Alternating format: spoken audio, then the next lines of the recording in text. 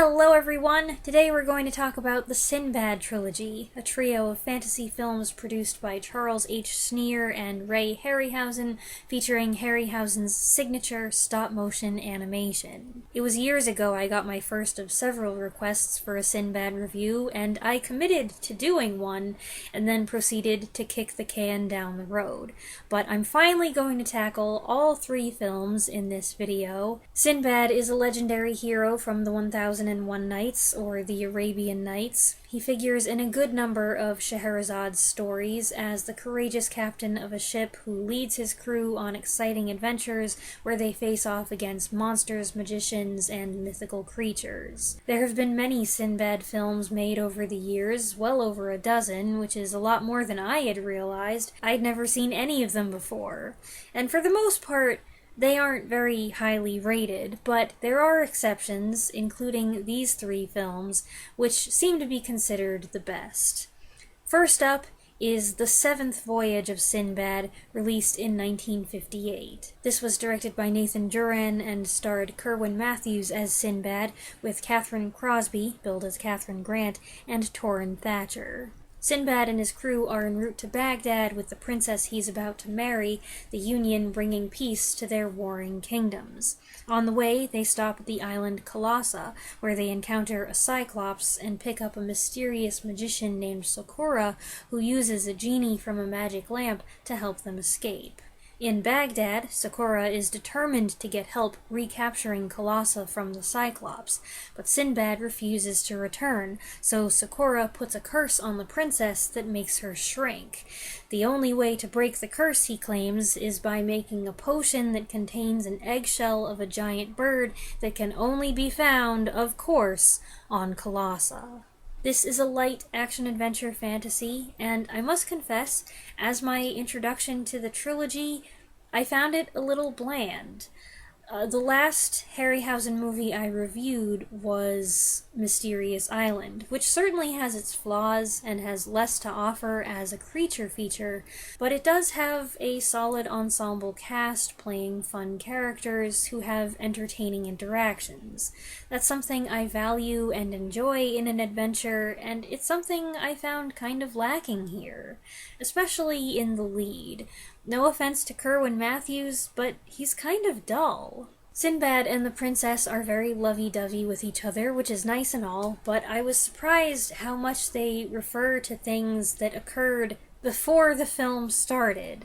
Obviously, we're dropped into the middle of an adventure, and that's fine, but based on the dialogue, you'd think this was a sequel. I actually stopped to double-check that I hadn't skipped the first movie. Torrin Thatcher's villain is a bit of a ham, glaring menacingly at the camera and speaking with such force it seems he might explode. And the genie is a little boy. I wasn't expecting that. He's played by child actor Richard Eyre. The plot is fairly predictable, maybe not if you're a kid and you haven't seen a lot of movies, but I've seen tons of movies, and I could anticipate what was going to happen pretty much every step of the way. That's not a big crime. I mean, with any movie like this, if you've seen a handful of them, then you start to figure out how things are gonna go. But I was surprised that they stole both the Cyclops and the Sirens from Homer's Odyssey. Those are two of the most famous parts of the Odyssey.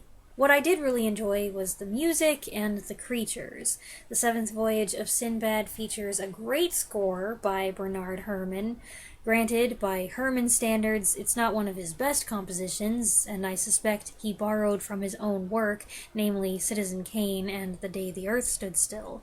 But the music is lively and does a lot to carry the mood and enhance the action. And, as is the case with any Ray Harryhausen film, the creature designs and visual effects are fun and impressive. The Cyclops of Colossa is probably the most iconic of these monsters, and it looks great. The models of the men being held, not so much, but that's a common shortcoming, and with everything else looking so amazing, I can overlook it. There's also a giant two-headed bird and its chick, and a fire-breathing dragon that guards a cave. The princess's lady-in-waiting is turned into a snake woman. I could have done without that. The animation is fine, and you get points for creativity, but number one, snakes, ugh. Number two, I don't know. It just looked kind of weird to me. The best is saved until close to the end, a skeleton that Sakura brings to life and orders to kill Sinbad in a duel. Of course, this is kind of a precursor to one of the most famous scenes in 1963's Jason and the Argonauts. But the skeleton is awesome, with a sinister expression. The animation is smooth, and Bernard Herrmann knew exactly what he was doing, introducing a xylophone for this fight.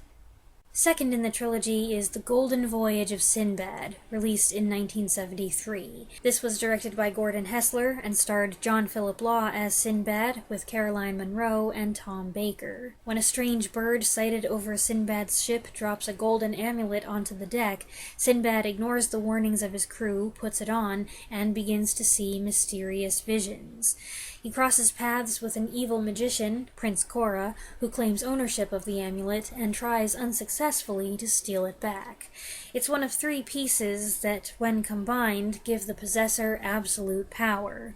Korra wants this power so he can seize control of nearby Moravia from the Vizier, who holds the second piece. Sinbad, accompanied by the Vizier, heads for an island where the third and final piece is allegedly hidden, with Korra in hot pursuit. As was the case previously, the first thing that grabbed my attention was the music. It sounds great, the main title's theme is big and awesome, and I was like, ooh, who is it? And it turns out the score composer was Miklos Rozsa. Of course, I knew it had to be one of the big guns. Another thought I had was, yep, I can tell we're in the 70s now. There's just something about the style. It's not blatant, it's pretty subtle, but I noticed it. Something about the editing, the zooming in and out, the trippy vision sequence that lets you know this is the 1970s. This was another exciting action-adventure that felt a little more grown up than the first one. As with the first movie, I found I didn't really care a whole lot about the plot, which makes me wonder if maybe I'm just not into Sinbad movies. But at least I felt more interest in the lead character. I'll be blunt, John Philip Law was hot. He's not someone I'd have expected to play this role.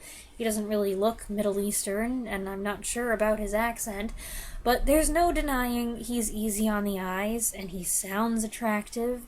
Add to that his character's courage, leadership, wisdom, playful sense of humor, and gentleness, and we've got a pretty swoon-worthy hero here. Granted, I'm sure most of the guys who watch this movie are like, Sinbad? Sinbad who? I only noticed the girl. Sinbad brings a few extra people on his journey. The Vizier, whose face was so horribly burned that he wears an ornate and spooky mask, a rich man's good-for-nothing son who needs to be taught a lesson, and a slave girl who Sinbad recognizes as the alluring dancer in his visions. She's played by Caroline Munro, and between her and John Philip Law, this is definitely a sexier film than the first one, at least as far as costumes are concerned. Racy as this might make the film seem, however, the story itself is pretty wholesome and sweet. She's given to Sinbad as a slave, but he frees her and respectfully gives her space. I like the bit where he goes down to his quarters and is surprised to find her there, and she's afraid, so she's holding a dagger behind her back, and he starts explaining that she's a free person now and she doesn't have to worry, but he's also trying to see, what are you hiding back there? And they start circling each other, and it's cute. Sinbad's kind, thoughtful treatment comes as a shock to her, and later she's amazed when he comes after her to rescue her, which allows his enemy to reach the goal first. The sorcerer Korra is played by Tom Baker, 1 year before he assumed the role of the Doctor with the long, colorful scarf on Doctor Who. I do find it kind of funny that the villain in the last movie was named Sakura, and the villain in this movie is named Korra. Not a lot of variety with the names here, and they're both evil magicians.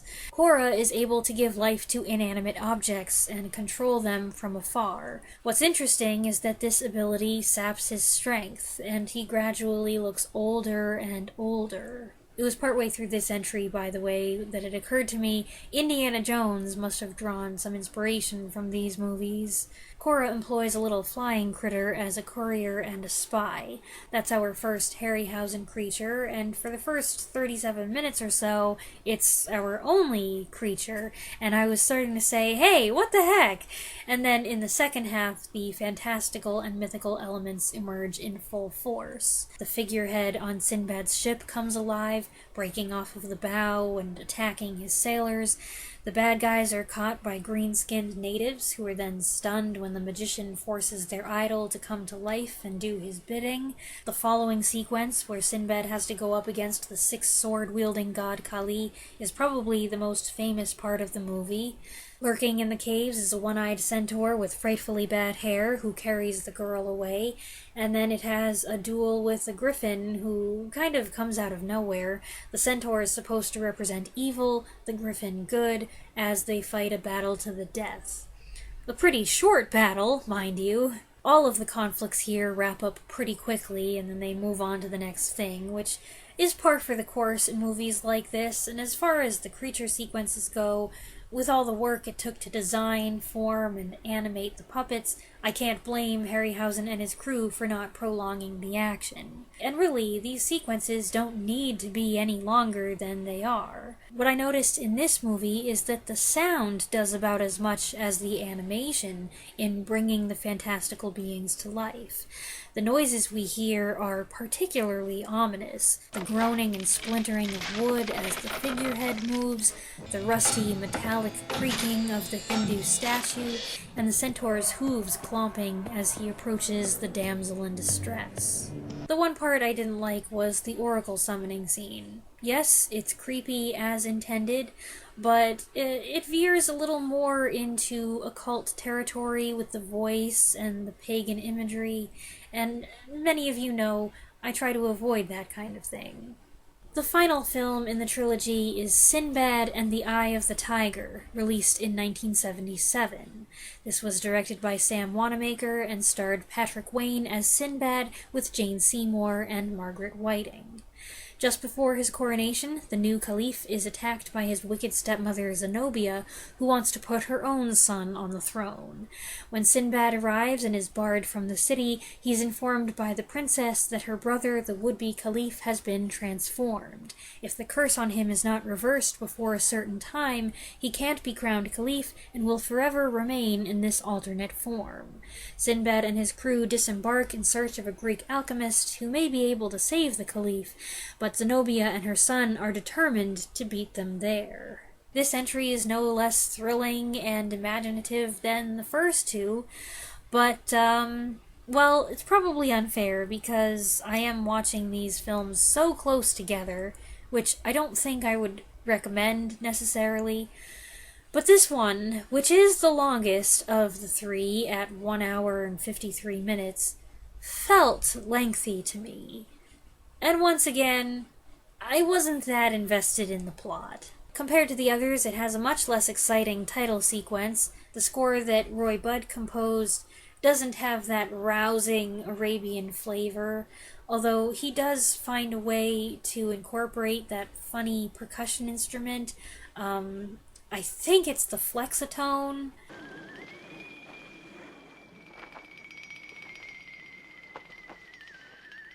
This movie doesn't have as noticeable a 70s vibe, except for Sinbad's hair, but it also doesn't have the 50s storybook charm of the first one.